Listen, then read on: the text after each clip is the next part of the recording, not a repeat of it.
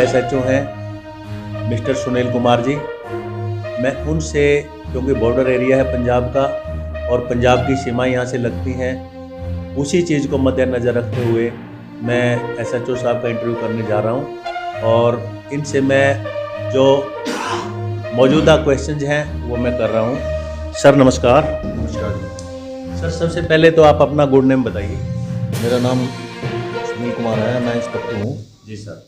और बतौर प्रबंधक यहाँ गढ़ी थाना तैनात हूँ। जी सर। तो सुनील कुमार जी, मैं आपसे जानना चाहता हूँ, क्योंकि आप पंजाब, हरियाणा और पंजाब के बॉर्डर पर हैं, तो यहाँ पर ज़्यादातर किस तरह की वारदातें, सर आप सीट पे बैठे हैं, किस तरह की वारदातें यहाँ नज़र आ रही हैं? जो मेन जो यहाँ क्राइम देखने के लिए गया कि भाई जो लिक्विड है यहाँ सस्ती है, पंजाब में महंगी है जी। तो एक तो लिक्विड स्मगलिंग बहुत पीक पे है यहाँ जी। जनरली रहती है जी। दूसरा कि जो एनडीपीएस का है, स्मैक का, चिट्ठे का, वो बहुत कारोबार है इनका, काफ़ी लोगों को इसमें इन्वॉल्व देखा गया है। जी सर। और जो नई जनरेशन है वो काफ़ी इसमें संलिप्त पाई गई है।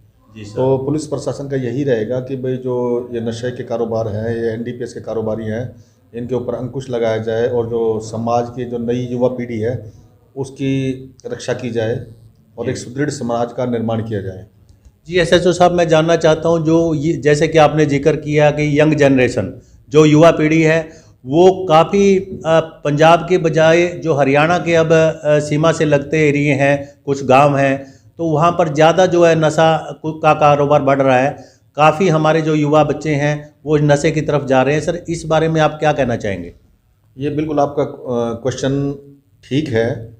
जो मैंने भी अपनी पोस्टिंग के दौरान देखा है कि भाई नशे में काफ़ी जो भटके हुए, चाहे बेरोज़गार है या किसी भी कारण से भटके हुए जो नौजवान यूथ्स हैं, वो इसकी तरफ अट्रैक्ट हो रहे हैं। और अगर ये एक बार इसकी तरफ अट्रैक्ट हो जाते हैं तो उसके बाद वो अन्य क्राइम करके उससे पैसा लेकर जो भी अर्निंग होगी उसके से इस नशे में और ज़्यादा गहराई में जाते हैं। गहराई में जा रहे हैं। जी जी। तो सर जैसे पंजाब की सीमा से लगता हमारा हरियाणा है और आप तो बिल्कुल बॉर्डर पे बैठे हैं, तो जो पंजाब और हरियाणा की राजनीति है, क्या इस नशे को लेकर के ये कोई राजनीतिक तौर पर भी कोई ऐसी चीज़ें आ रही हैं कि पंजाब से कि नशे में जो ज़्यादा कारोबार, पॉलिटिशियन लोग भी इस धंधे में लिप्त हैं, कुछ ऐसा मैं आपको नज़र आता है? नहीं, ऐसा तो मैं नहीं कह सकता कि भाई कोई पॉलिटिशियन या कोई अन्य कोई जिम्मेवार कर्मचारी या अधिकारी को इसमें संलिप्त है जी। तो लेकिन मुझे जो मैंने अपनी पोस्टिंग के दौरान नोट किया है कि भाई 5-7 गांव है मेरे एरिया में जिसमें स्मैक, चिट्ठा, अफीम, भुक्की का कारोबार है। और हमारे आईजी साहब श्री राकेश आर्य के निर्देशन में, नेतृत्व में नशा मेरा गांव मेरी शान एक अभियान चलाया गया है। तो और उसमें मेरे एरिया का एक गांव रसीदा आईजी साहब ने गोद लिया है और साहब की तरफ से, एसपी साहब की तरफ से, श्री नरेंद्र बिजानी की तरफ से यही प्रयास है कि भाई ये एक ऐसी चीज़ है नशा, एनडीपीएस, स्मैक, चिट्ठा, जो हमारी जेनेटिक्स को चेंज कर देता है। Very good. तो और जब हमारी जेनेटिक चेंज होगी तो हमारा जो फ्यूचर है वो तो ख़त्म है।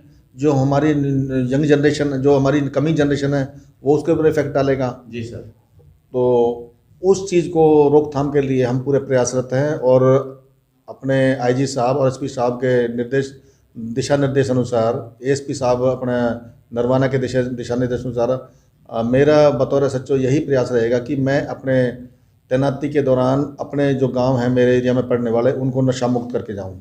जी सुनील जी, अभी कल इलेक्शन है पंजाब में, 20 तारीख है, तो क्योंकि आप सीमा पे हैं तो कैसा आपको माहौल नज़र आ रहा है? किस तरह की कोई पैसे की लेन देन को लेकर कोई आपके मामले में कोई जानकारी आई हो कि लोग राजनीतिक तौर पर, क्योंकि कल इलेक्शन होने जा रहा है, तो कोई ऐसा पॉइंट आया आपको यहाँ पे बॉर्डर पे?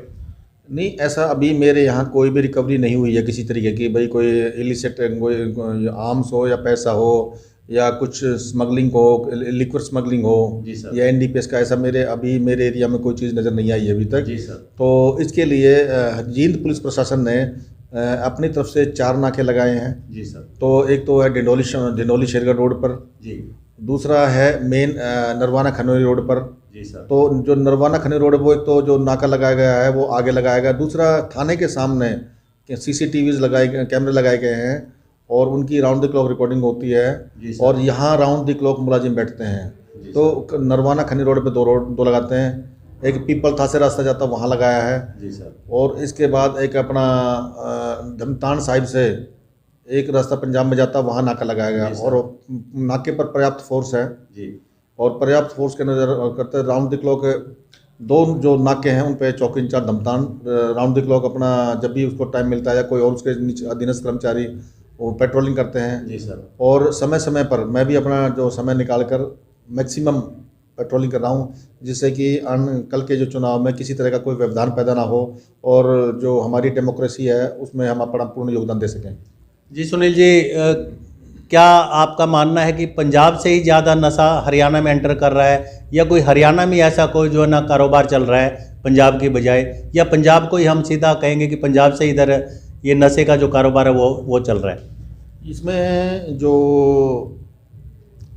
ये चिट्ठा है दिस इज सिंथेटिक मतलब केमिकल्स कम्बिनेशन है जी सर। तो जो हमने अपना प्रीवियस सर्विस के अनुसार जो हमने एक्सपीरियंस किया जो हमारे नॉलेज में आया वो यही था कि दिल्ली में जो मोस्टली नाइजीरियंस हैं जी सर, यही आगे सप्लाई करते हैं और इन्होंने ही सप्लाई करके हमारे जो ये समाज में फैलाई गई है।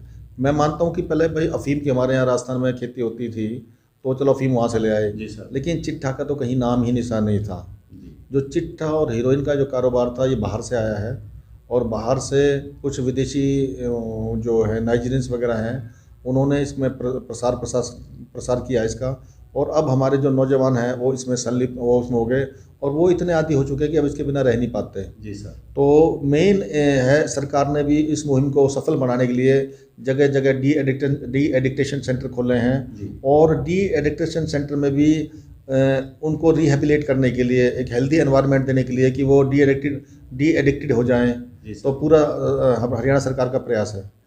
जी सुनील जी, हमारे डिप्टी सीएम है दुष्यंत जी चौटाला, तो आपके टाइम में कभी ऐसा मौका लगा कि डिप्टी सीएम ने आपका, क्योंकि बॉर्डर का एरिया है और नरवाना हल्का से वैसे भी जेजेपी के एमएलए बने हुए हैं, तो डिप्टी सीएम का कोई आप लोगों से कभी अभी आपकी ड्यूटी के दौरान मुलाकात हुई है या थाने में उनका कोई राउंड लगा है अभी?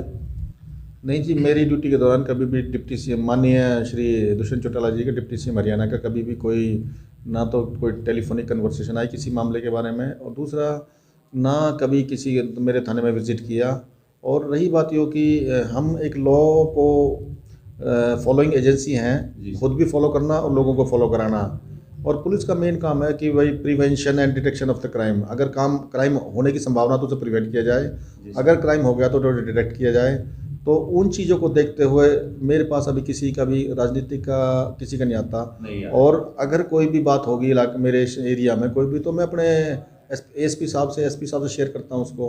तो वो मेरे जो भी है राजनीतिक हस्तक्षेप मेरे में बिल्कुल भी नहीं है। जी जी। तो सर सुनील जी, अभी जो 112 नंबर है, लास्ट क्वेश्चन मैं आपसे कर रहा हूँ, जो 112 नंबर है, क्योंकि हरियाणा में काफ़ी गाड़ियाँ अलॉट की गई हैं पुलिस डिपार्टमेंट को, 112 नंबर के आने के बाद और एक कॉल की दूरी पर, तो ऐसे में क्या 112 नंबर का कितना बड़ा रोल नज़र आपको आ रहा है जो कि पहले नहीं था? देखो, जो डायल 112 चलाई है बहुत अच्छी मुहिम चलाई है सरकार ने। तो इसका मेन यही है कि भाई अगर कोई भी डायल 112 पे कॉल करेगा तुरंत पुलिस पहुंचेगी। तो जो अपने हरियाणा सिटीजन्स हैं, सिविलियंस हैं, वो अपने आप को पहले से मच बेटर सिक्योर फील करेंगे कि जितने पुलिस स्टेशन की पुलिस जाए इतने तो वहाँ डायल 112 जाएगी और peoples will be feel more confident और उनके उसको एक आत्मविश्वास जगेगा कि भाई डायल 112 की पुलिस तो आगे थाने की पुलिस भी आने वाली है। और दूसरा कि जब पुलिस मौके पर तुरंत पहुंचेगी, मौका संभाल लेगी, तो लॉ एंड जाहिर सी बात है कि लॉ एंड ऑर्डर इशू कोई भी पैदा नहीं होगा। जी सर। तो दोस्तों, अभी हमारे साथ है मिस्टर सुनील कुमार जी, SHO थाना गढ़ी, और इन्होंने बड़े बेबाक तरीके से अपने विचार रखे।